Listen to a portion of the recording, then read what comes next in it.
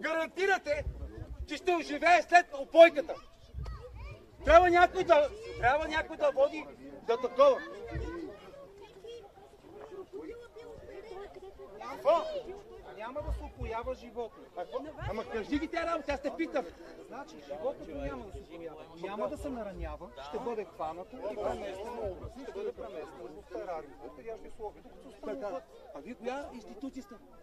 Зоомагазин? Не, аз съм. Питам ви да. София зоолска. Така. А вие чували ли сте за РИОС? Единствено те може да ми го вземат, а не вие. Да. Чакай сега, на основание, че бил опериран Мирослав... Не е основание това, аз ще ви попитам дали е вярно. Имам документ, имам документ. Искам да ми дадеш ти документ. С какво основание ми взимаш крокодила? На какво основание? Че те пратиха от Хасково ли? Ей тогава, даваш ми документ, който те праща. Единствено от РИОС може да ми го вземат. Не и ти. Това е зоологическа градина. Всички институции се ратуират. Всичко е тази извинявай, че викам.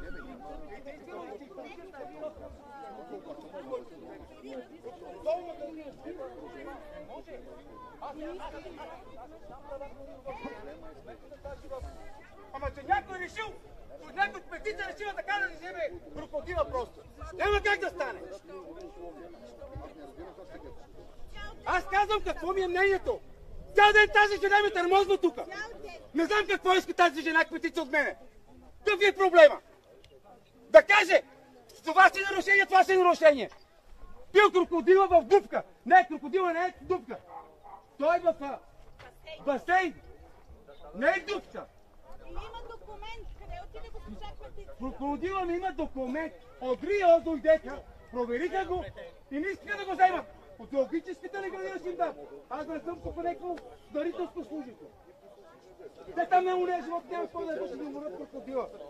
Аз кога ще дам крокодил? Единствената институция само РИОС може да бъде. Никой друг не може да бъде.